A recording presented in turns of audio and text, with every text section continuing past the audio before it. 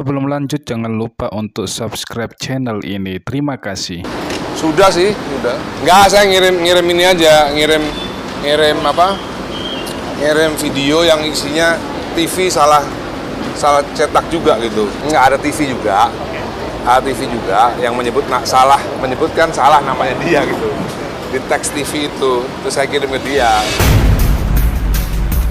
Dalam tayangan tersebut ada kekeliruan dalam penulisan Margapono yang ditulis sebagai pohon, memicu perdebatan lebih lanjut. Dugaan bahwa Ahmad Dhani menyindir Ryan melalui pesan langsung atau chat pribadi semakin memperkeruh suasana. Ryan menganggap tindakan ini sebagai bentuk pelecehan terhadap langkah hukum yang telah diambilnya. Jadi dia hubungi gue itu, dia seperti cuma iseng. Jadi kan kemarin itu salah satu stasiun TV tuh sempat salah nulis nama gue di running text tuh. Itu karena kesalahan typo koreknya sistem tuh. Dan orang dari TV itu udah sempat menghubungi gue juga secara pribadi untuk minta maaf kalau ada kesalahan autokorek secara sistem.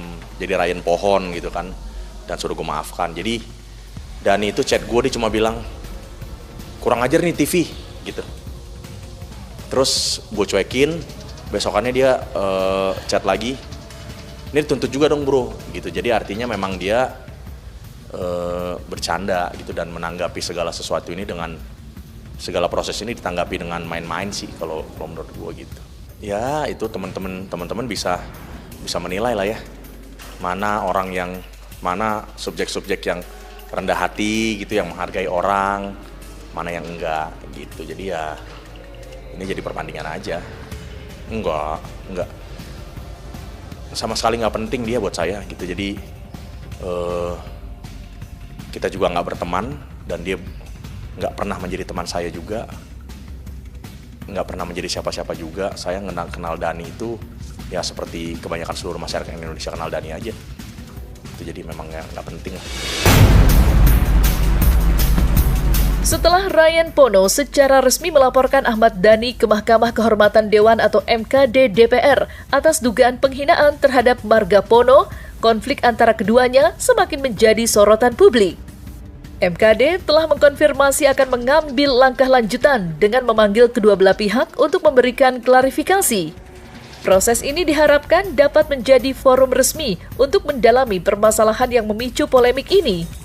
Namun, dalam pernyataan eksklusifnya dengan Cumicumi.com, Ryan Pono kembali menunjukkan sikap tegasnya. Ia menegaskan bahwa dirinya tidak memiliki niat untuk berdamai dengan Ahmad Dhani. Setelah ini kan nanti saya sebagai pelapor akan dipanggil dulu lagi ya. Ini kan baru berapa hari tuh pelaporan ke Barreskrim, kemarin berapa hari yang lalu ya, lupa juga, seminggu atau lupa deh.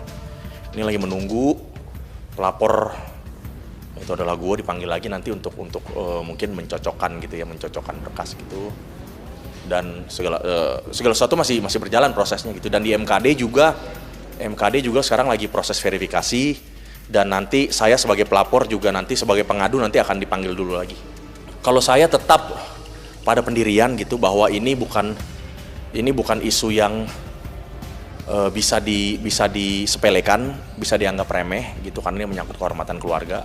Apapun narasi yang berkembang di luar, katanya Ryan pansos lah ini apa segala macam, saya sama sekali nggak terganggu. Dan sekali lagi poin yang paling utama buat saya adalah bagaimana Ahmad Dhani itu tidak bisa menjalankan perannya sebagai anggota dewan.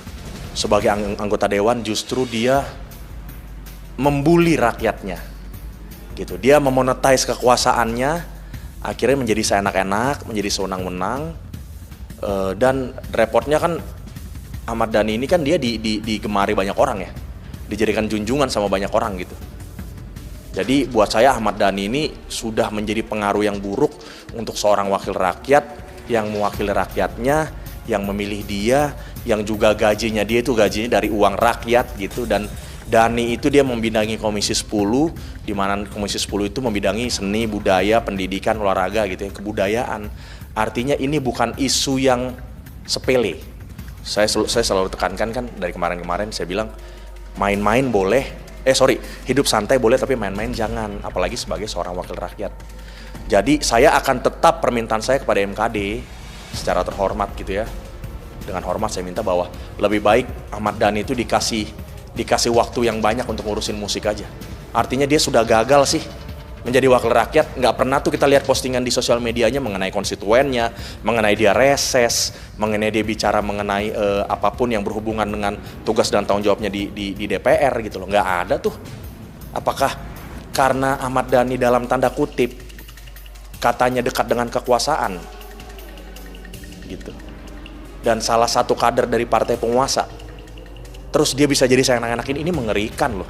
Mudah-mudahan kasus ini bisa berjalan baik, bisa berjalan sesuai bahwa semua orang itu sama di mata hukum dan semua wakil rakyat itu sama di mata Mahkamah Kehormatan Dewan. Gitu. Jadi mudah-mudahan Ahmad Dhani ini bisa diproses sesuai attitude dia, sesuai pelanggaran hukum yang dilakukan, sesuai pelanggaran etika yang dilakukan. Gitu. Pelanggaran hukum sudah pasti di institusi penegak hukum ya, di Polri ya.